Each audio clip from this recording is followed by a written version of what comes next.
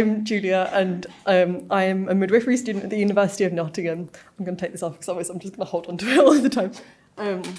And I was recently suspended for just under 4 months as a result of my activities in the Pro-Life Society at Nottingham University. I'm going to rewind a year because this time last year I attended this conference for the first time, and I returned home feeling so inspired by all the wonderful people that had spoken, and the people I'd sat with at lunch and dinner and spoken to. And it was so powerful to hear how so many ordinary people like myself had done such incredible things, like standing outside abortion clinics, setting up pro-life societies, and I knew I needed to do the same sort of thing. I needed to do something. So I returned home from that weekend, and I decided that I was going to set up a pro-life society at our university.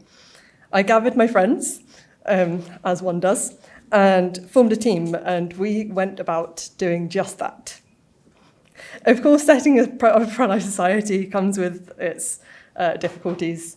Our initial application to become a society was rejected on the grounds that we conflicted with their equal opportunities policy. I don't think the university saw the irony there. We appealed against that decision, and of course that was rejected as well. But with the help of ADF International challenging the university's decision there, our society was finally affiliated in July. Whoop.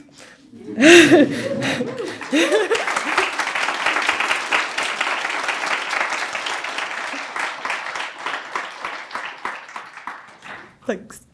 So after that, we were able to attend the Freshers' Fair as an official society. And I don't think any of the other societies there could possibly appreciate just how grateful we were to be there.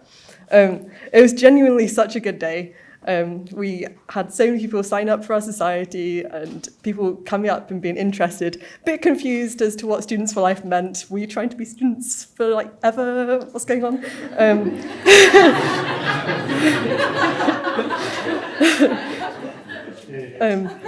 But yeah, it felt like things were going to be plain sailing, and I think I was wrong to think that.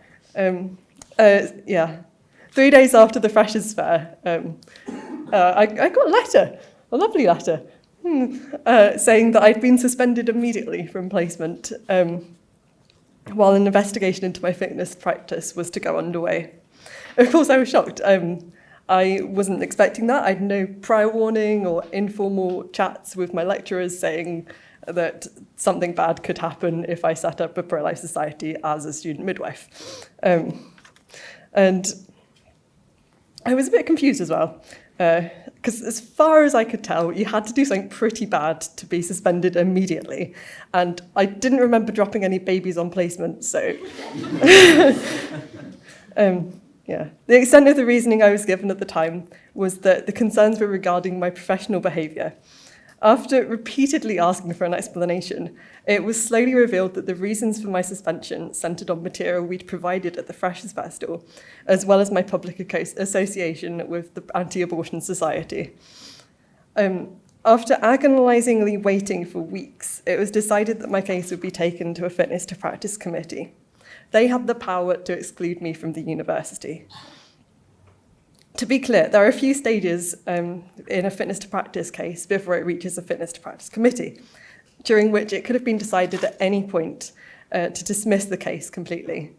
So anyone could have made a decision in those 4 months to dismiss the case and unsuspend me. Prior to the meeting, the Fitness to Practice meeting, I had the chance to read the report that had been produced about me. I saw the shocking things that people said about me, people that I should have trusted, and I did trust. And it was really shocking, more than anything, to read one line in particular, that it was inappropriate for me to be studying to be a midwife when I have such strong anti-abortion views. Thankfully, that meeting had a positive outcome, despite what the report said. It was agreed that I had indeed done nothing wrong, but the question remained, Why had I been suspended for 4 months? Why had it taken the university 4 months to work out that standing at a freshers' fair stall with leaflets doesn't constitution... Why had it taken 4 months to work out that handing out leaflets at a freshers' fair doesn't make me unfit to be a student midwife? Why had it taken 4 months to work out that being associated with an anti-abortion society doesn't make me unfit to be a student midwife? During my time suspended, I missed quite a lot of placement and was informed by my lecturers that I had to skip a year. I'd recommence my studies in September, as in restart third year.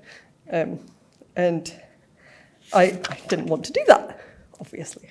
I didn't want to delay becoming a midwife any more than I needed to. But thankfully, so we've submitted a complaint to the university because I don't want that to happen again. I don't want that to happen to someone else. And after the university was asked for a comment about my case and submitted the complaint, they finally let me back on my course, and I've been on placement for the past 4 weeks, which...